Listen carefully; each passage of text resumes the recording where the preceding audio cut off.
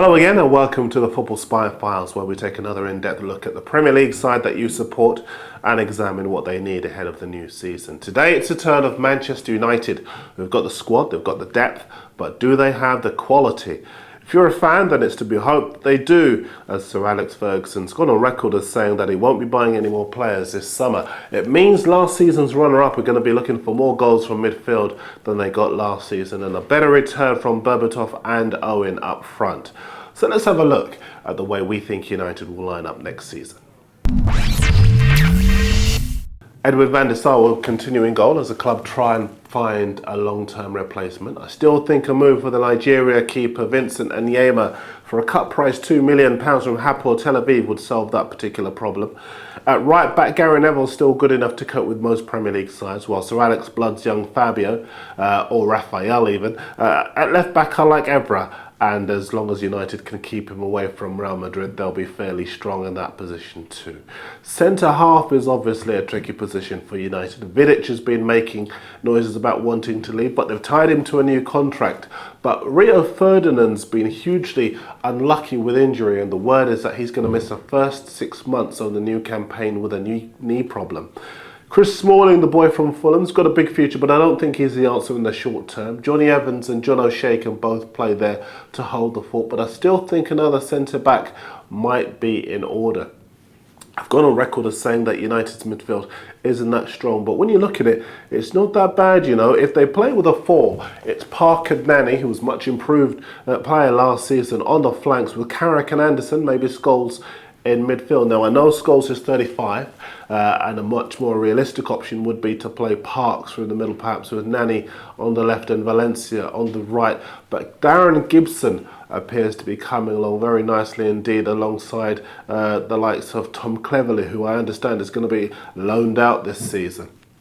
I haven't mentioned Owen Hargreaves because he's still struggling with injury and I'm not sure about his future. Also, I haven't mentioned the likes of Giggs because although he looks after himself, I think Sir Alex is going to be giving as much of an opportunity as he can to his younger players coming into the new season.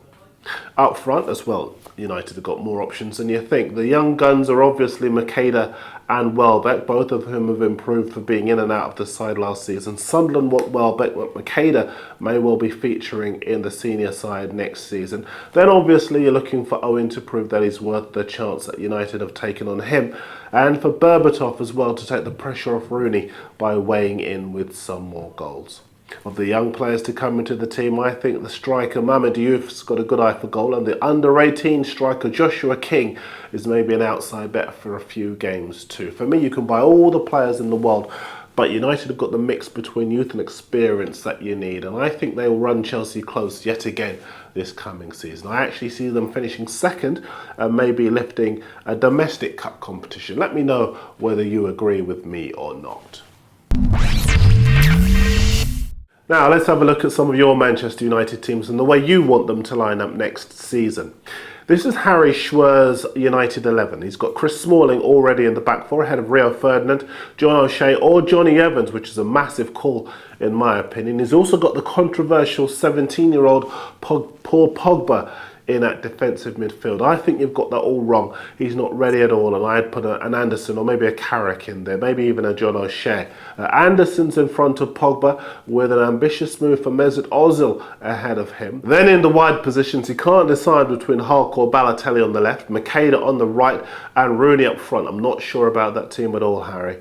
I like Vinny's team. It looks much more solid. Rio's back in the back four. The young defender Raphael's in at full back. Anderson and Fletcher are in front of the back four, and Ozil is in behind Rooney with Nani and Valencia on the left and right of a three. I do like that one very much indeed. Tanel Tanbas is in Estonia, and this is his Manchester United team. He's got the 33-year-old Estonia keeper Sergei Pareko in goal, and Tanel says that Pareka's a great shot stopper who set up many goals for his club and country. The back four is as you'd expect, although, as I said, no Rio Ferdinand for the start of the season. No real changes to the midfield, which surprises me as Scholes is 35, and Mesut Ozil is in behind Rooney with no room for Berbatov.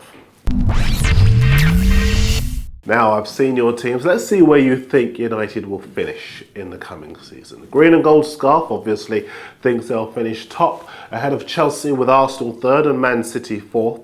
But James E. Hopkins is not so confident. He's got United finishing fifth, with Arsenal top ahead of Manchester City. And Bad Joe thinks United will finish third behind Chelsea and Arsenal. We shall see. Keep your teams and your thoughts coming. The Football Spy files are back soon. Remember to go to the Mirror Football website at mirrorfootball.co.uk to get all of your transfer news, and I'll see you next time.